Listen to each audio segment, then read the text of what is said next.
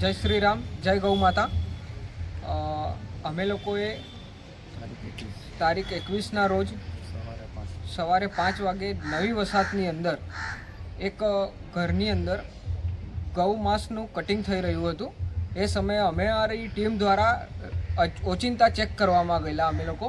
તો ત્યાંથી પછી અમારા બધાના નામો બહાર આવ્યા ગામમાં કે આ લોકોની ટીમ હતી, આ બધાનું નામ લેવાય છે ને લોકચર્ચામાં એવું જાણવા મળ્યું કે આ બધાને જોઈ લેશું અમે।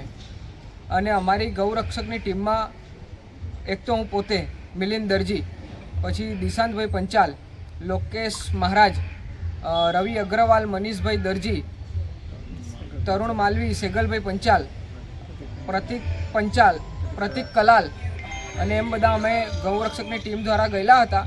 અને અમારી ગામમાં આવા રીતની ચર્ચા ચાલે છે, લોકચર્ચા ચાલે છે કે જોઈ લેશું અને અમને કશું પણ થશે તો એની સંપૂર્ણ જવાબદારી પોલીસ પ્રશાસનની રહેશે અને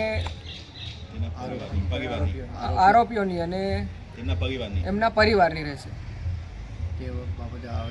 તે બાબતે અમે અહીં પોલીસ સ્ટેશનમાં અરજી આપી છે। અધિકારી હમણાં હાજર નથી એ જાણવા જો અરજી આપી છે, અધિકારી હાજર રહેશે તો અમે આના પર પણ ગુનો દાખલ કરાવશું।